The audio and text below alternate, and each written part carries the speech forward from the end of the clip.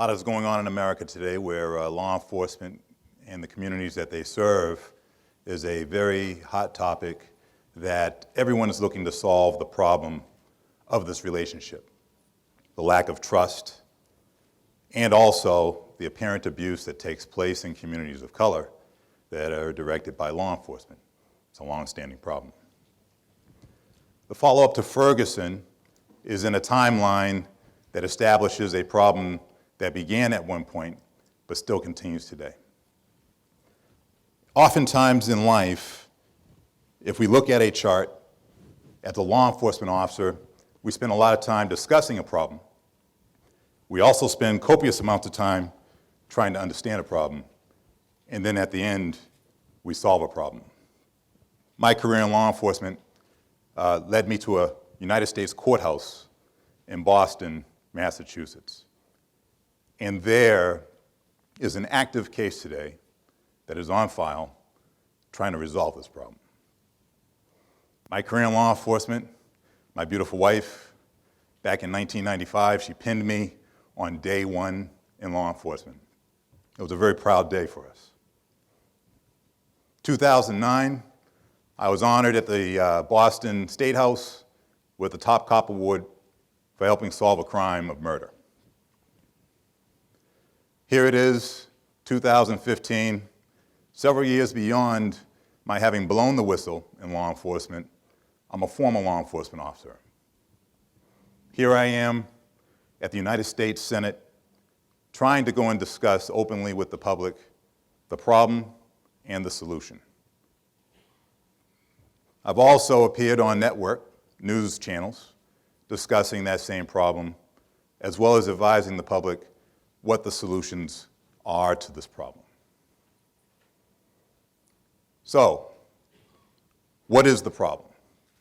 Historically, if we don't evaluate and understand history, we can't understand how to solve a problem. Back in 1641, for instance, Massachusetts, I'm from Massachusetts, it's rather significant in this timeline of history because many people think of slavery incorrectly. Under the Bill of Liberties in Massachusetts, constructed in 1641, there were 100 articles that were created in 1641. Article 91 specifically addressed the fact that people of color that were taken from Africa, transported to America, were part of just wars. If you read the Article 91 of the 1641 Bill of Liberties, it's right there. So this idea of color and race and war began at the very beginning and foundation of America. It has nothing to do with slavery. These were prisoners of war. If we look at 1672, over in England, they formed a company by the name of the Royal African Company. The Royal African Company is using people who own ships, and they're profiting from taking people from one land, transporting them to another land without their consent, based on war, and based on prisoners of war. So when we go through this timeline and we think about the American Revolution War, we also have to be very accurate about history and understand that after the American Revolution War, 1783, the same year of the ending of the war in Massachusetts, the SJC, a gentleman by the name of Cook Walker, sued a white person, prevailed, civilly and criminally, in the state of Massachusetts, which abolished slavery in that state. This is way before the Civil War, 1865, and everything else that everyone is familiar with.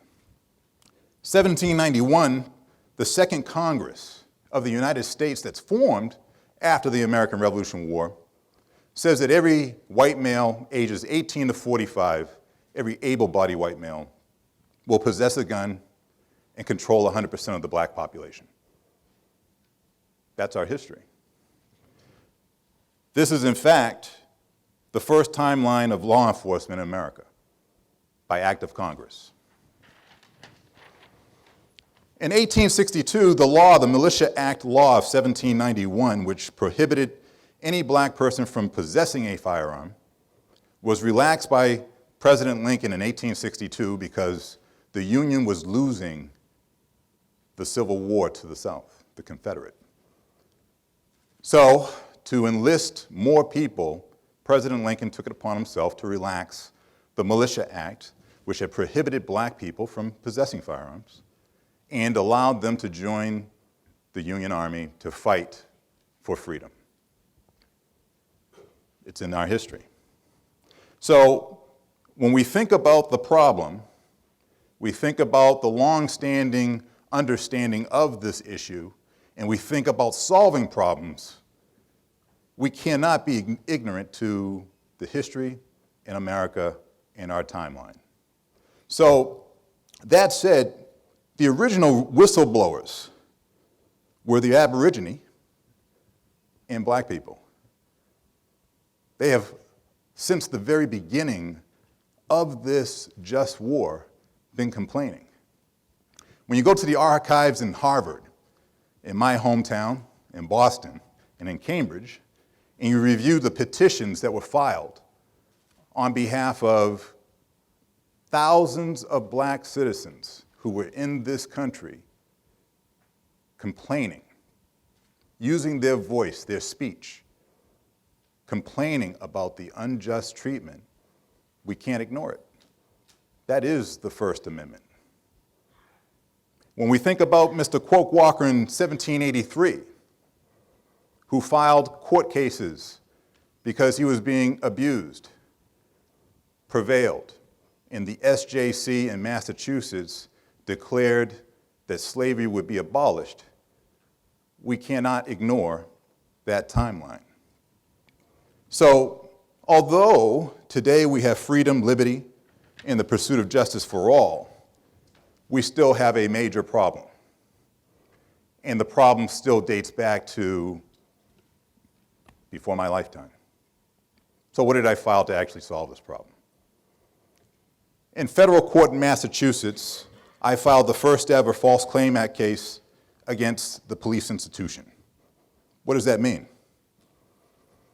The False Claim Act case goes back to the Civil War, and it said that any person, entity, receiving federal money could not commit waste, fraud, or abuse against the federal government.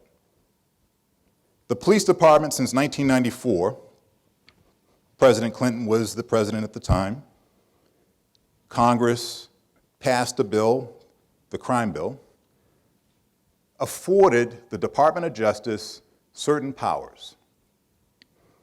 Department of Justice formed the COPS grant program. The Department of Justice also was tasked with pattern and practice investigations in law enforcement that violated the anti-discrimination law, federal law.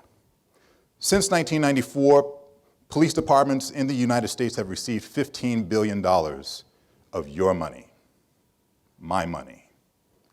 And some jurisdictions are committing waste, fraud, and abuse. They have violated the contract, the four corners of receiving that money, and they need to go and pay you back your money. This is the solution to solving a long-standing problem. It's not a blank slate of paper. This is the solution because under the contract by law enforcement in 94, after receiving those tax dollars, I'm a person who benefited from such a bill. I'm one of the people that was hired as one of the 100,000 law enforcement members to join the ranks and file of policing back then. But I'm not ignorant to the long-standing problem and the historical nature of why I was hired.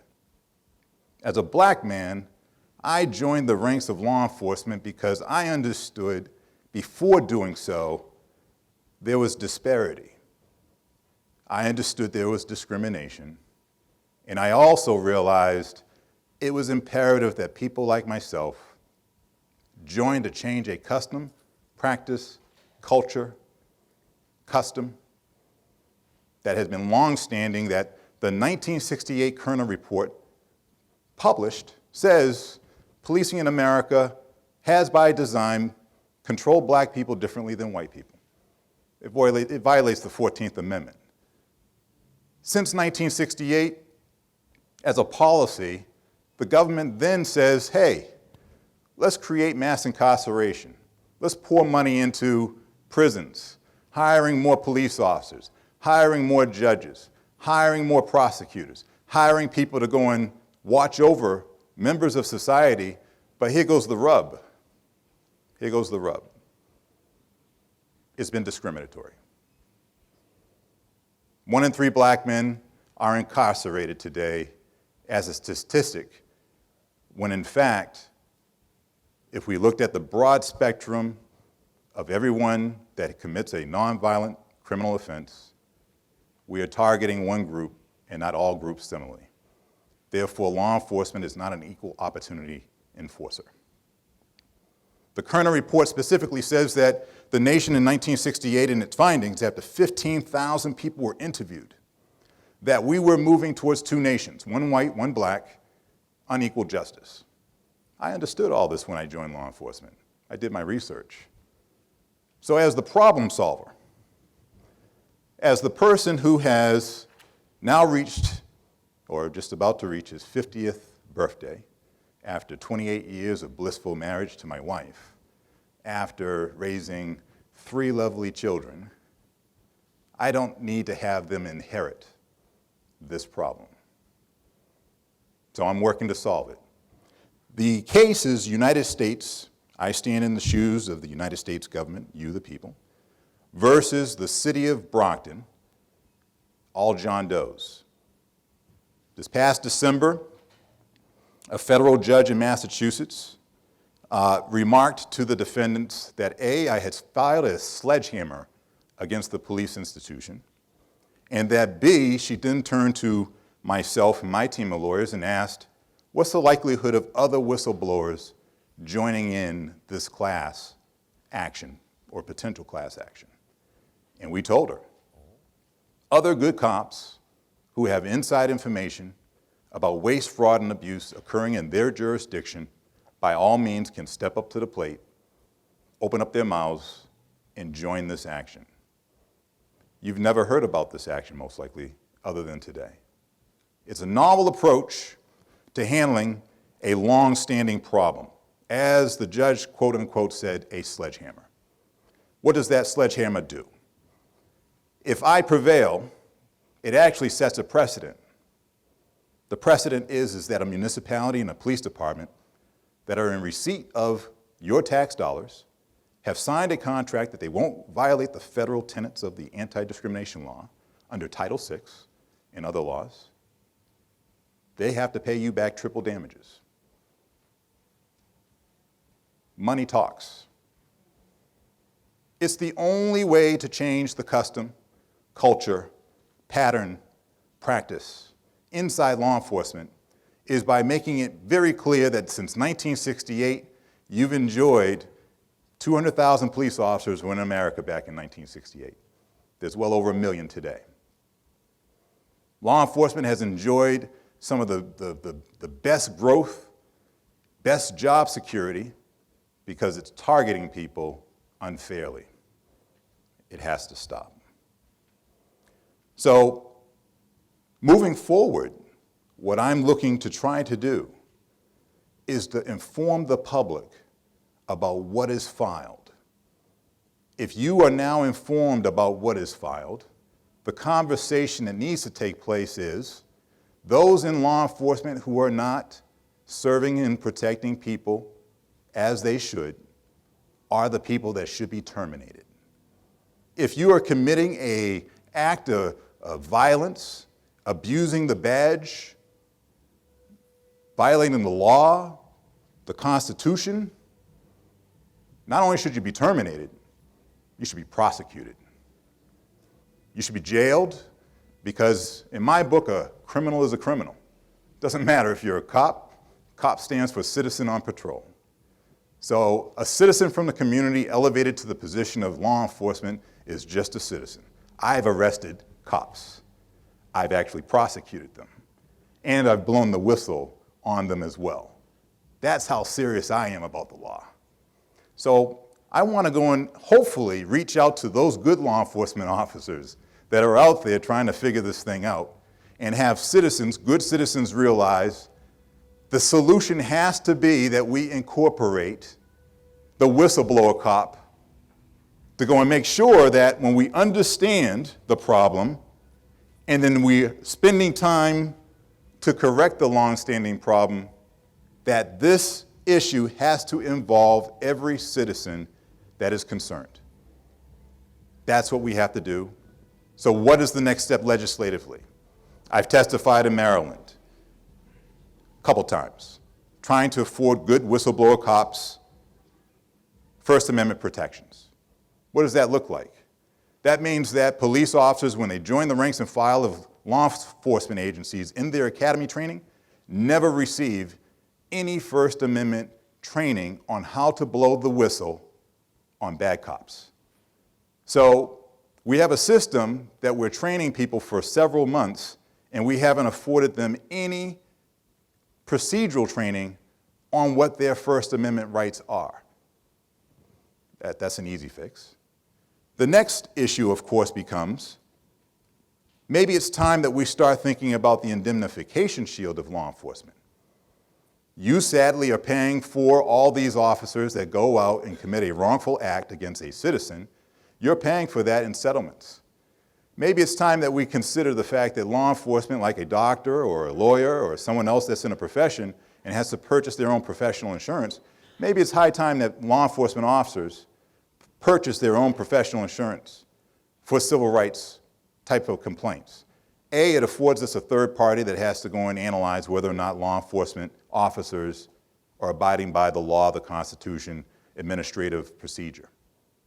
B, if an officer maybe reaches a threshold where their insurance becomes too costly for them because they want to go out there and abuse people, and they lose their insurance, tie their insurance to their position and their gun.